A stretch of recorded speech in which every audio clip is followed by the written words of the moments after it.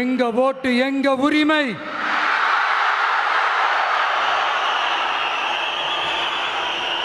எங்களை யாரும் விலைக்கு வாங்க முடியாது.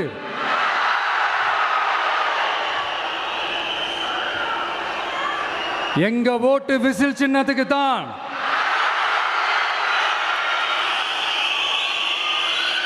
யாரையும் நம்பி ஏமாற மாட்டோம். எங்க வார்த்தையிலிருந்து மாற மாட்டோம். இது நிஜம். தேங்க்யூ.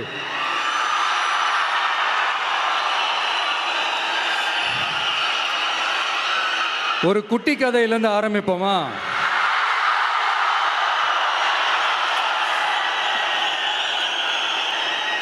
ஒரு பெரிய ஊர், ஒரு 4 ரோடு ஜாயிண்ட் ஆகிற மாதிரி ஒரு ஜங்ஷன்,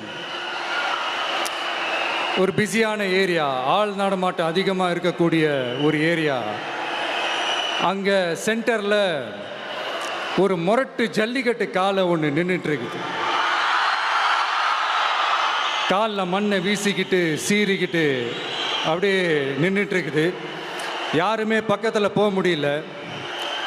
அந்த இடம் ஒரு கேஷுவலாக மாறணும் அப்படின்னா அந்த காளையை அடக்கி அமைதி ஆக்கினா தான் மறுபடியும் ஒரு பேக் டு நார்மல் சுச்சுவேஷனுக்கு அந்த இடம் மாறும். அந்த ஊரில் இருக்கிற ஒரு சில பேருக்கு மட்டும்தான் அந்த காளை அடங்கும். அவங்க யாருமே அங்கே இல்லை. ஆனால் அந்த க்ரௌடில் இருந்த ஒரு சில பேர், ஆல்ரெடி அந்த காளையை அடக்கணவங்களோடு இருந்த ஒரு சில பேர், எங்களுக்கு இல்லாத அனுபவமா?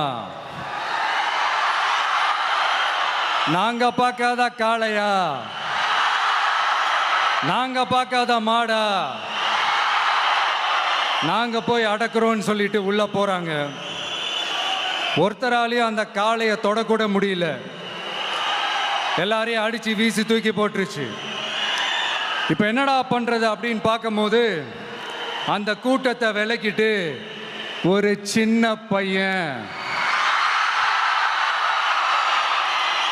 ஒரு என்ட்ரி ஒன்று கொடுக்குறான். உங்களுக்கு தான் தெரியும்ல, டேய் எங்களாலே முடியல, நீ எல்லாம் என்னத்தை போய் கிழிக்க போற?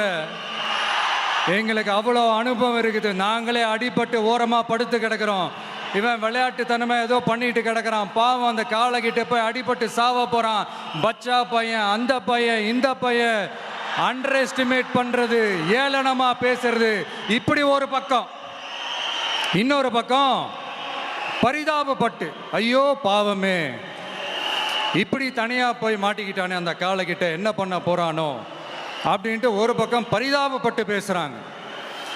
அந்த சின்ன பையன் எதுவுமே காதலையே போட்டுக்காம 2 பாக்கெட்லையும் கையை விட்டுக்கிட்டு ஸ்டைலா கெத்தா தில்லா அப்படியே உள்ள போகிறான்.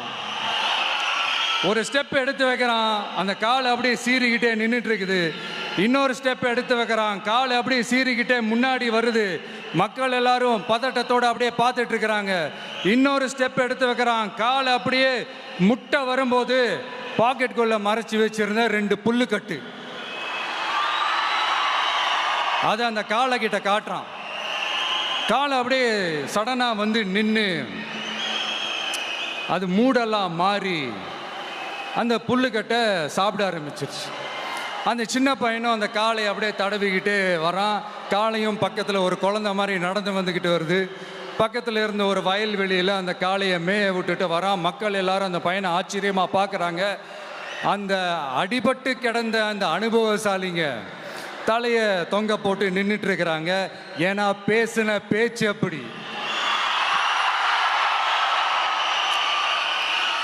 வாய் இருக்குன்றதுக்காக நக்கலுமா நையாண்டியுமா நச நச நச நசன் ஒரே பேச்சு. என்ன பண்றது, தலையை குனிஞ்சு அப்படியே நின்றுட்டு இருக்கிறாங்க. அங்கே ஒரு பெரியவர் வர்றார். வந்து அந்த பையன்கிட்ட கேட்குறாரு, எப்படிப்பா இப்படி ஒரு முரட்டு காலை சீறிட்டு நின்றுட்டு இருந்தது, எப்படி அந்த காளையை அடக்கின அப்படின்னு கேட்டதுக்கு அந்த பையன் சொல்கிறான், ஐயா எனக்கு அந்த காளையை பார்த்தா கோபமாக இருந்த மாதிரிலாம் எனக்கு தெரியல, அந்த காலை பசியோடு இருந்த மாதிரி இருந்தது.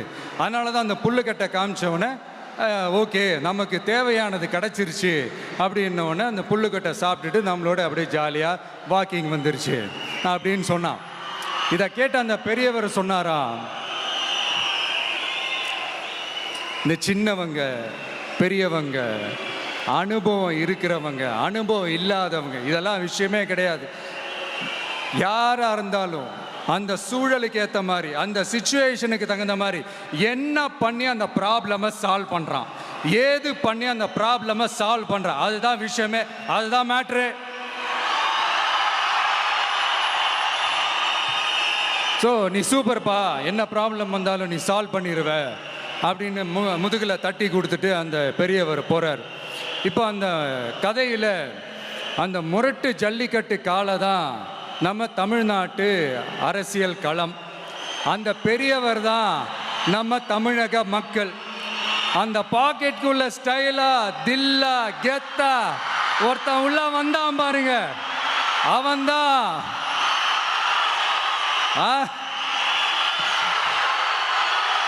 நான் இல்லைங்க, நான் இல்லை, நான் நீங்க நாம எல்லாருமா சேர்ந்து மாபெரும் மக்கள் சக்தியா இருக்கக்கூடிய நம்ம டிவிக்கு, அதுதான் அந்த சின்ன பையன்.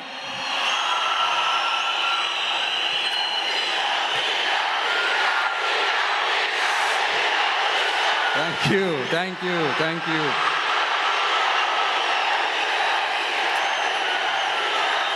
மக்களை நேசிக்கிற ஒரு நல்ல தலைமை இல்லாததுனால இத்தனை வருஷமா வேற வழி இல்லாம ஸ்டாலின் சார் கொடுத்த அந்த பொய்யான வாக்குறுதிகள் எல்லாத்தையும் நம்பி ஏமாந்த நம்ம மக்களுக்கு சரியான நேரத்தில் ஒரு வெகுஜன மக்கள் இயக்கமா வந்தது தான் நம்ம டிவிக்கு. அந்த முரட்டு ஜல்லிக்கட்டு கால கதை ஏன் சொன்னோம், எதுக்கு சொன்னோம், யார் யாருக்கெல்லாம் சொன்னோங்கிறது புரிய வேண்டியவங்களுக்கு புரியும்னு நினைக்கிறேன்.